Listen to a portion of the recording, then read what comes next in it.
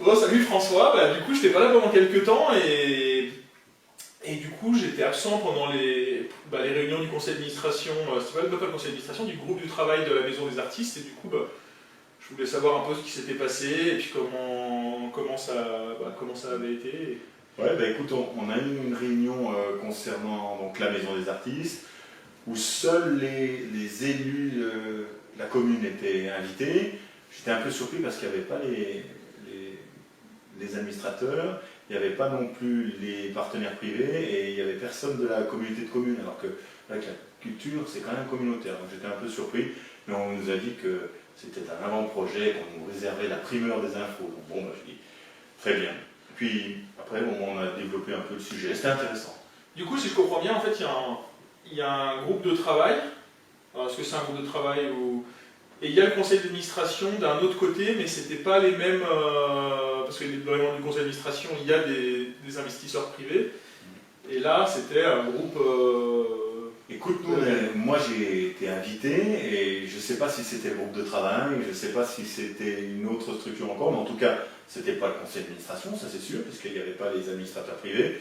C'est un peu bizarre comme fonctionnement quand même, parce que normalement, dans une SEM, il y a un fonctionnement avec un conseil d'administration qui décide des orientations et puis qui après peut présenter aux actionnaires. Là, c'est un petit peu différent. Bon, on a eu droit à une présentation, c'était déjà ça. D'accord. Alors, en gros, rapidement, il y a 3 axes qui ont été réfléchis. Donc, on nous a fait une présentation. Un axe qui concerne plutôt un pôle création-production, un axe sur la diffusion et un axe sur un lieu de vie. C'est comme ça que Juliette Martinez nous l'a présenté. Alors, moi j'étais un peu surpris tout de suite parce qu'elle nous a dit il n'y a pas de chiffres. Alors que bon, c'est vrai que quand on travaille nous sur un projet, on peut difficilement prévoir la réalisation de quelque chose si on ne met pas un minimum de chiffres en face. Enfin, je pense que c'est comme ça que tu travailles toi aussi, quoi. Bah ouais, et puis là du coup, en fait, il va y avoir 3 entités. Si je comprends bien, il y en a une qui est la SEM, qui est une entreprise mixte, public-privé, pour clarifier. Et en fait, c'est quoi les 2 autres? Plutôt que des entités, c'est des volets dans le projet. C'est-à-dire que le projet va être constitué de 3 axes principaux, création, diffusion et lieu de vie.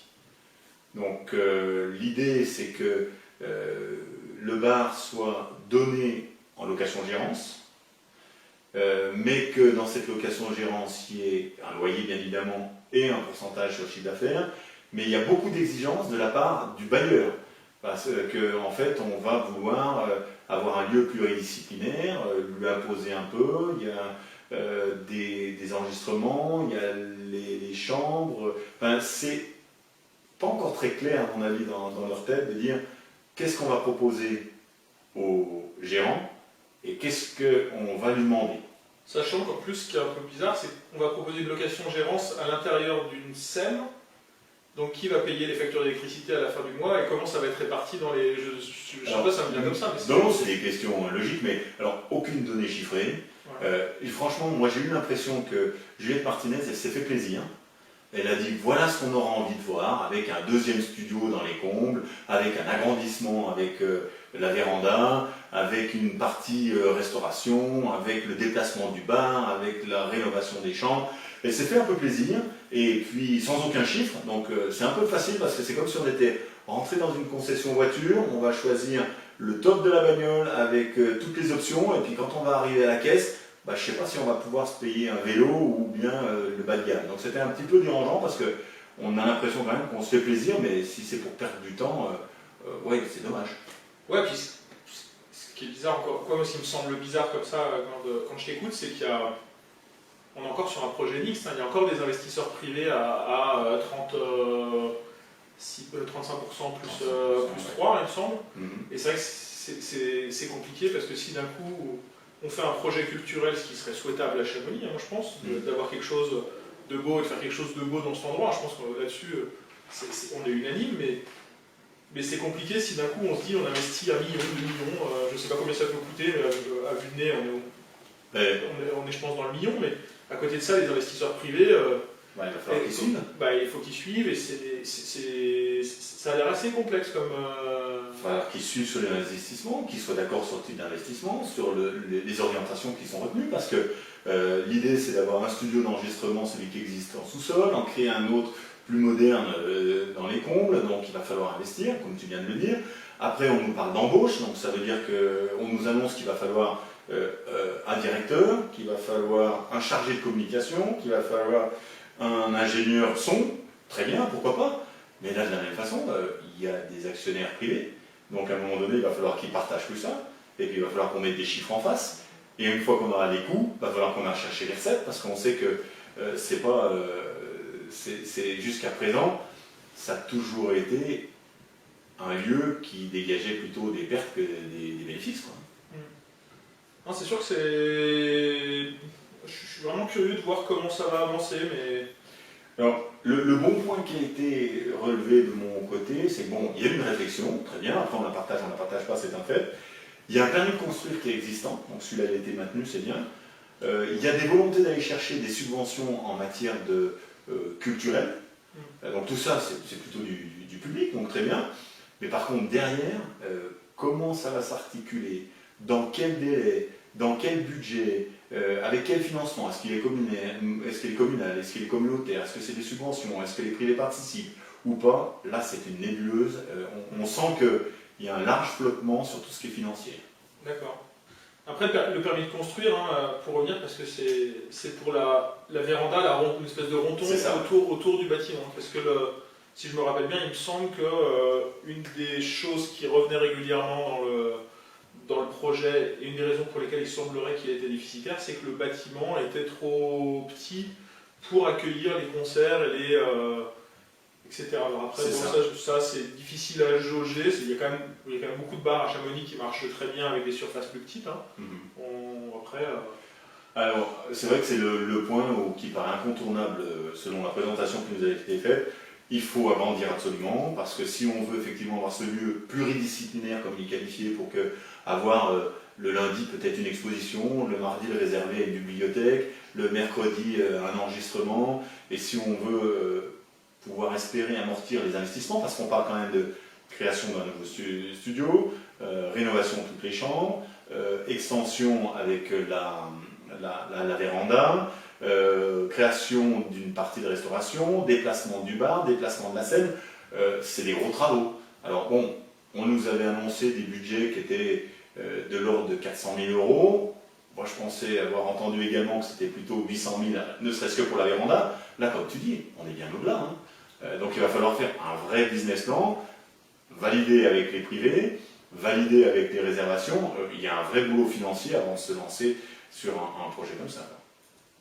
Ouais, c'est sûr que ça. Après, c'est toujours un peu compliqué, parce que c'est déjà un très bel endroit qui a coûté très cher à mettre en état. Il me semble qu'on était autour des 2 millions, si on rajoute encore 1 million. Bon, après, c'est un endroit qui mérite d'être mis en valeur, avec le parc et tout autour. Après, jusqu'où est-ce que c'est nécessaire d'aller, quoi? C'est vrai que pour finir, à la fin de la réunion, on nous a demandé de nous positionner, est-ce que vous êtes d'accord ou pas sur le projet? Alors, la seule réponse que, en tout cas, moi j'ai pu faire, c'est de dire sur le fait que ça devienne un lieu culturel. Ok, c'est indispensable. Parfait. Maintenant, sur le projet qui nous est proposé, on ne peut pas se prononcer. On n'a pas un chiffre, ça part un petit peu dans tous les sens, on n'a pas l'aval des associés privés. Et puis, moi j'ai insisté quand même sur le fait que si on veut que ce lieu culturel, enfin en tout cas que les Chamoniards s'emparent de ce lieu culturel, il faut vraiment inclure dans toutes les réunions tous les gens qui travaillent sur la culture et notamment sur la musique. Je pense à l'école de musique, je pensais à la MJC. Alors là, j'étais un peu surpris parce qu'on a presque fait une réflexion en disant oh, la MJC, ils ont déjà beaucoup d'argent, on va pas en plus les mettre là-dedans. Donc c'était un peu, à mon avis, déplacé comme remarque. Après, la MJC fait beaucoup avec peu.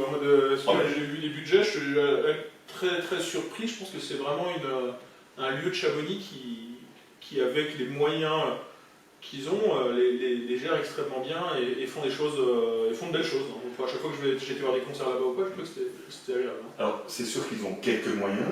On n'a pas non plus des pourcentages par rapport au budget général qui sont en dehors des normes, bien au-delà. On a un pourcentage qui est plutôt normal et on peut les aider un peu plus. Et moi, je les rejoins. ils font avec pas grand-chose, ils font quasiment des miracles. Non, c'est sûr. Enfin, voilà, donc après on nous a parlé des délais. Au début, effectivement, quand on a parlé de cette opération, c'était ouverture en décembre, on n'y croyait pas beaucoup.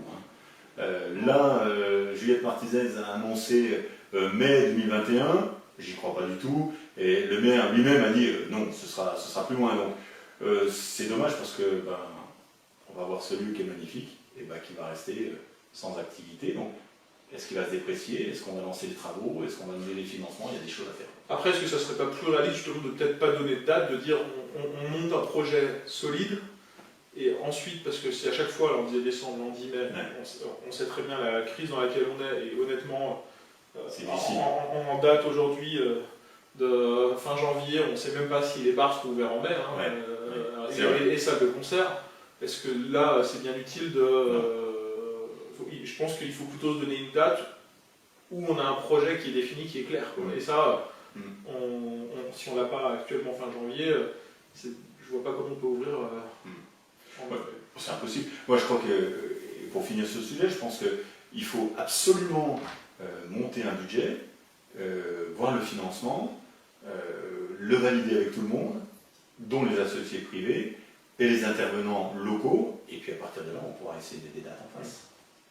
Non, c'est sûr. Alors voilà. Puis après, il va y avoir un appel d'offres pour trouver un gérant du bar. Oui. Est-ce que ça, je pense pas qu'on ait des idées, je pense pas qu'on ait... Et le contrat de... Ouais. On nous a pas parlé de ça encore. On a parlé également de food truck. Enfin, il y avait beaucoup de choses, c'était intéressant, riche, mais ça manquait un petit peu de méthode quand même. Donc là, on a beaucoup d'idées, maintenant il va falloir affiner le spectre. C'est ça. D'accord. Voilà, à suivre au prochain épisode sur la Maison des Artistes, mais c'est quand même un endroit où on a déjà investi, comme tu disais.